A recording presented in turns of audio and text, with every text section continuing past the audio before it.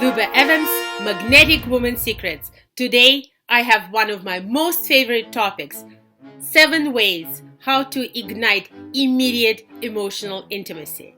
This is so precious, this is so important because at the end of the day, every person wants deep connection.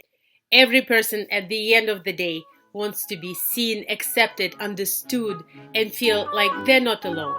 And so there are wonderful, easy ways how you can make that happen for any man you meet on the first date, or even somebody that you just ran into on the street or sharing an Uber with. So these questions, these methods that I'm going to share with you today are going to change your life. First things first, subscribe to the channel. If you haven't yet subscribed, make sure to click on the bell to get notified when new videos come out. I'm coming out with 2 new videos per week for your viewing pleasure, and especially with a goal in mind for you to meet that special man and to be in the most happiest relationship by the end of this year.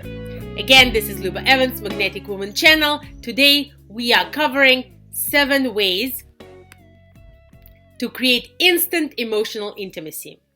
Way number 1, and this is what you should start with. As you meet the new person, or if you just come to the date meeting the person that you already know. Number 1, to establish immediate rapport. When you come to a new human being, and the human being is always new, every minute the organism is feeling, breathing in a different way. So as you approach that organism, that living universe of another person, imagine, what is it like to be that person? Don't be stuck in your own head. You already know what it feels like to be you. Imagine what it feels like to be him, to be in his body. And in order for you to do that, start breathing exactly with the same pace, the same depth, and the same rhythm as they are. That way, 2 of your systems, 2 of your universes will start to connect, to find common ground, common breath. Breath is the most basic function that connects our soul to this life. So when you connect through breath, it's like your both inner animals are connecting at the primordial level. So that's step number 1. Step number 2, as he starts talking to you, do not come up with your own ideas and your own labels, your own concepts. Use his own words to ask him further questions. For example, you would ask him something like, tell me about your day. And he's going to tell you, well, my day was really exquisite. So your next move is going to be, oh, really? And tell me what was exquisite about your day. So you're using his word and then you're throwing it back at him. Or for example, he says, yeah, my day was terrible. And then imagine what you're going to do. You're going to say, oh, really? And what was terrible about your day? So many times in my coaching practice, I run into women who all of a sudden start to come up with their own concepts. For example, a guy would start writing something like, yeah, I find your profile fascinating. And a woman would say something like, yeah, I really, really like your curiosity about that. Well, the guy never said the word curiosity. This word can just throw him off completely. Okay? So instead, something to say back is, oh, really? So what exactly did you find about it that was fascinating to you? So when a person hears their own terminology thrown back at them, they immediately start to feel a connection. Step number 3, slow the fuck down and get that man into the present moment. So in the Western world, we're constantly running around. We're constantly in this rat race, always feeling like there is not enough time in the day. So the gift of just staying with what is in the present without constantly wanting something which is not, or constantly wanting something that is coming, hopefully, or being afraid that it is not coming, or thinking about something that happened in the past, something that you are proud of, or more often not proud of, or something that you're regretting. So instead of constantly finding yourself and your guy in the future or in the past, first anchor him into the present moment. First of all, it is a great gift to be in the present, but also being together in the present creates a sort of a trance-like state where all of a sudden this deep being in us remembers that we are actually existing in eternity and we are sharing the eternity together. So to do that, to come into the present moment, you have to slow down your breath. So first, mimic his breath. For example, his breath can be really fast, like, so you start breathing like this, and then you start repeating his words back to him, and so your systems are already connected, and then start to slow down your breath, and you're going to see how he's going to slow down together with you. And then also, to come to the present moment, you have to stop talking, because talking is always about some kind of mental concept of the future or of the past. So just slowing down with your breath and looking at him. You don't have to stare. Some people can get freaked out by that.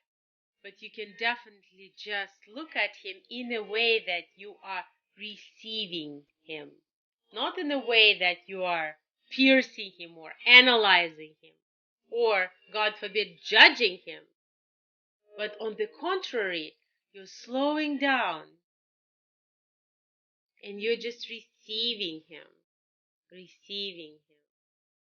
This feeling is going to be familiar to him because, just like you, he is also a creature of the universe, and he is familiar with present. He is familiar with that moment of peace, inner peace, and most likely his soul has been longing for it for such a long time. So at first, he might not even understand what's happening, and then, like a kitten, under your tender hand, he's just going to come home to the present together with you, and he's going to surrender to you and to your receiving calm eyes, calm and brilliant and smiling eyes of the present moment. Okay, so that is step number 3. Okay, step number 4. After you both come to the present, so there is a common ground, there is a common point of takeoff. Now we're going to take the conversation into places where you're going to get even more intimate with him. So step number 4 is you invoke a memory of his past, some happy memory of his past to begin with, especially if you just met him. So the question to ask is, tell me about the most beautiful memory of your childhood, or tell me about the most exciting moment in your childhood. What did you love about your childhood? Any of those questions, especially if they start with the words, tell me. Because when you use the words, tell me, that really invokes another person to start talking. Tell me about your day. So for example, if you say, how was your day? He's going to say, yeah, it was good. How was your childhood? Yeah, it was all right. It was traumatic. It was fun. But if you say, Tell me. He has to go and look back into his childhood, and he will start talking about it, especially if you frame it in a way that, tell me about the most exciting moment or most exciting time in your childhood. So what happens to him then? He looks back into his childhood and he starts to get excited. Basically, that question, age regresses him. It makes him remember who he was as a child, and especially what he was excited about. And so that makes him feel amazing, even if right now he is a little bit stuck in his life. So when I was a child, I remember I was riding that bicycle, and you're just going to see how he's not going to be able to help it, but he's going to start smiling, his eyes are going to start sparkling, and this is a wonderful opening that in the next step we're going to take even further. So the next step is to ask him about where he is now with his dream of life and what the challenges are. That is an incredible question. Everyone wants to be asked that question. Everyone wants to share their challenges. Now, there are some people who are more introverted, there are some people who are more extroverted, but the truth of the matter is, people love to talk about what is bothering them. So, in a nutshell, he is going to start sharing with you something that is very, very important to him. So asking him, so what are your challenges right now with what you're doing? What are you doing right now? What are the biggest challenges? Okay, so that is step number 5. Step number 6, another awesome journey. From there, you take him into the future and you ask him, so what is your vision of your life right now? Whether it's a vision of his business, whether it's a vision of his life, which is also very important for you to know if you want to date this person, or if you are already in a relationship with this person. Still, this is a fantastic question to ask that person, even if this person is your husband. So what is your vision for your next step in life? That question shows that you see him, that you care, that you are curious, and in some way it shows that you are already supporting that person as a human being without any agenda. So this is very important for another person not to feel like they are an object of your desire, or that they are constantly on the spot having to prove something to you, how much they love you, or how much they need you, or how they're going to marry you. Those questions show your genuine interest towards them. They also show that you're not going to judge them. It shows that all you are in this moment is this benevolent, curious, observant witness. So that is so very precious. And the last step that I will reveal is, after you learn all of that, this is the killer step, use the we word. Now, I'm going to have a whole video on how to use the we word. And in fact, I have a course which is called The Bonding Phrases, which give you all the phrases that you need in order to come into very, very deep emotional intimacy with a guy. Something that no woman can even fathom. And I'm going to put a link to that course below this video in the description, so definitely get that course. So this is your icing on the cake time, when you utilize everything you've learned so far. You're already connected with him, you've established rapport, you've established trust, you've established your curiosity and openness and acceptance. You learn his dreams, you learn his fears, you learn his desires, and now you can build out common reality from that and start speaking from pronoun we. For example, isn't it interesting that people like us never give up on their dreams?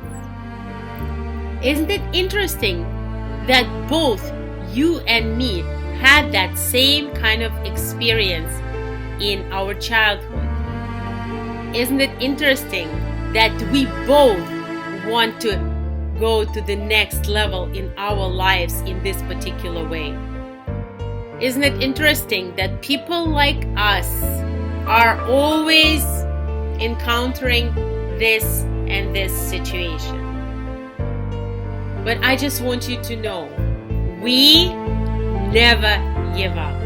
I just want you to know, we are the kind of people who will always prevail and achieve our dreams. You and me, we are so similar. In this, we are the same. And here you go, immediate emotional intimacy. Now, don't forget the breath. Don't forget to imagine what it feels like to be him, what it feels like for life to breathe through that person.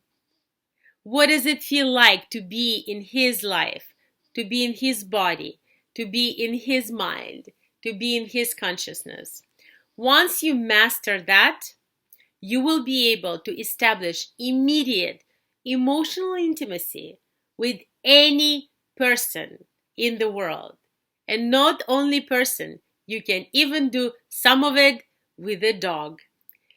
So this was Luba Evans. Put your comments below. Let me know if you've tried any of these techniques and how it worked for you. I'm sending you so much love. Have fun today and stay magnetic.